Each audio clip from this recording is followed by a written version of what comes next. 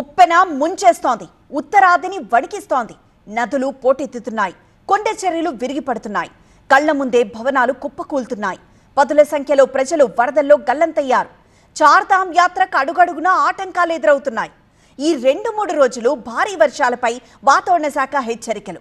Cyclone ఏరియాల్లో siren మోగిస్తున్నాయి. వర్షం కాస్త తెరిపి ఇస్తే బాగుంటుందనుకుంటే నో బ్రేక్ అన్నట్లు కుమ్మేస్తూనే ఉన్నాడు వరుణుడు. కుంభవృష్టి ఉత్తరాది రాష్ట్రాలను ఉక్కిరిబిక్కిరి చేస్తోంది.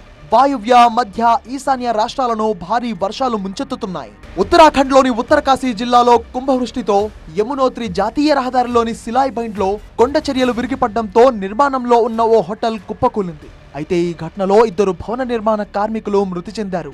7 గల్లంతయ్యారు. ప్రమాద స్థలంలో మొత్తం 29 మంది ఉండగా వారిలో 20 మందిని రెస్క్యూ బృందాలు రక్షించగలిగాయి. ఉత్తరాఖండ్లో వరద తీవ్రతతో నిలిచిపోయిన చార్ధామ్ యాత్ర సోమవారం మళ్లీ మొదలైంది. 24 గంటలు నిషేధాన్ని ఎత్తివేస్తున్నట్టు అధికారులు ప్రకటించారు. హరిద్వార్, రిషికేష్, శ్రీనగర్, రుద్రప్రయాగ్, సోన్ప్రయాగ్, డెహ్రాడూన్, నైనితాల్, టెహ్రీల్లో ఉన్న యాత్రికులను ముందు జాగ్రత్తగా 24 గంటల పాటు ఆపేశారు. రుద్రప్రయాగ్లోని బంగారుపట్టిలో 12 గ్రామాలను కలిపే మయాలి రాందార్ రోడ్డుపై వంతెన తెగిపోవడంతో జనజీవనం స్తంభించింది. ఈ క్రమంలో పీసీఎస్ పరీక్ష రాయడానికి అక్కడి యువకులు ప్రాణాలకు తెగించి ఉధృతంగా ప్రవహిస్తున్న నదిని దాటి పెద్ద సాహసమే చేశారు. అయితే ఈ వీడియో ఇప్పుడు సోషల్ మీడియాలో వైరల్ అయింది. ఉత్తరాఖండ్లో అలకనంద, గంగా, భగీరథి, గంగా నది పరివాహక ప్రాంతాల్లో కొన్ని రోజులుగా భారీ వర్షాలు కురుస్తున్నాయి.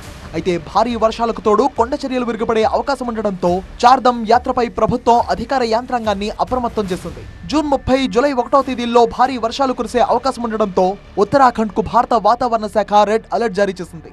హిమాచల్ ప్రదేశ్ లో క్లౌడ్ బరస్ట్ ఈ ఏడాది కూడా భీభత్సం సృష్టిస్తోంది. కులు, సిమ్లా, మండి జిల్లాల్లో కుంభవృష్టి తీవ్ర విధ్వంసాన్ని సృష్టించింది. హిమాచల్ ప్రదేశ్ లోని 10 జిల్లాలకు ఐఎండీ వరద హెచ్చరికలు జారీ చేసింది. భారీ వర్షాల కారణంగా అనేక చోట్ల కొండ చర్యలు విరుగుపడుతున్నాయి. దీంతో అధికారులు ముందు జాగ్రత్త చర్యగా దాదాపు 129 రహదారులను మూసివేశారు. హిమాచల్ ప్రదేశ్ రాజధాని సిమ్లాలో వర్షాల ధాటికి 5 అంతస్తుల భవనం కుప్పకూలింది. ముందే ఖాళీ చేయించడంతో ప్రాణ నష్టం తప్పింది. భారీ వర్షంతో బియాస్ నదికి వరద తీవ్రత పెరిగింది. వాతావరణ శాఖ రెడ్ అలర్ట్ తో పలు జిల్లాల్లో పాఠశాలలకు అధికారులు సెలవులు ప్రకటించారు.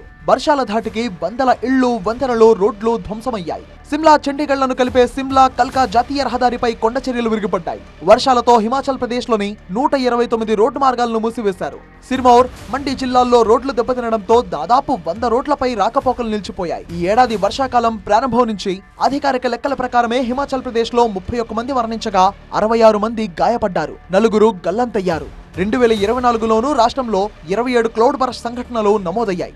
అప్పట్లో 59 మంది మరణించారు. 2023 వర్షాకాలంలోనైతే ఏకంగా 550 మంది ప్రాణాలు కోల్పోయారు. గంగా నది మహోగ్రంగా ప్రవహిస్తోంది.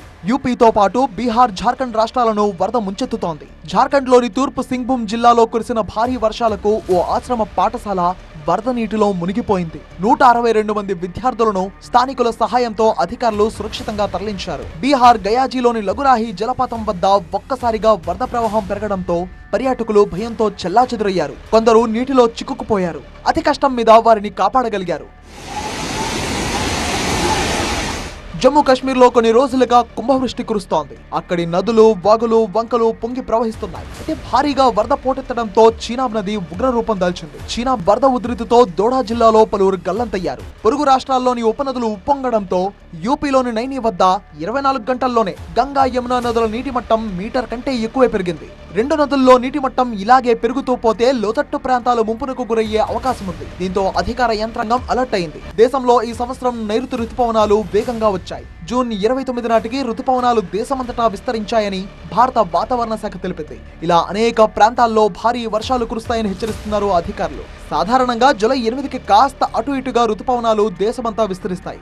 కానీ ఈసారి 9 రోజుల ముందే చాలా ప్రాంతాల్లో భారీ నుంచి అతి భారీ వర్షాలు కురుస్తున్నాయి. ఈ ఏడాది మొదట మే 24వ తేదీన రుతుపవనాలు కేరళలో ప్రవేశించాయి. సాధారణం కంటే ఒక వారం ముందే కేరళను తాకాయి రుతుపవనాలు. అక్కడి నుంచి ఉత్తరం వైపు వేగంగా విస్తరించాయి. మే 26 నాటికి ముంబైని చేరుకున్నాయి. గత 25 ఏళ్లలో ముంబైకి ఈ ఏడాదే రుతుపవనాలు వేగంగా వచ్చాయి. రుతుపవనాలు త్వరగా బలపడడంతో మొదట ఈశాన్య రాష్ట్రాలను వర్షాలు ముంచెత్తాయి.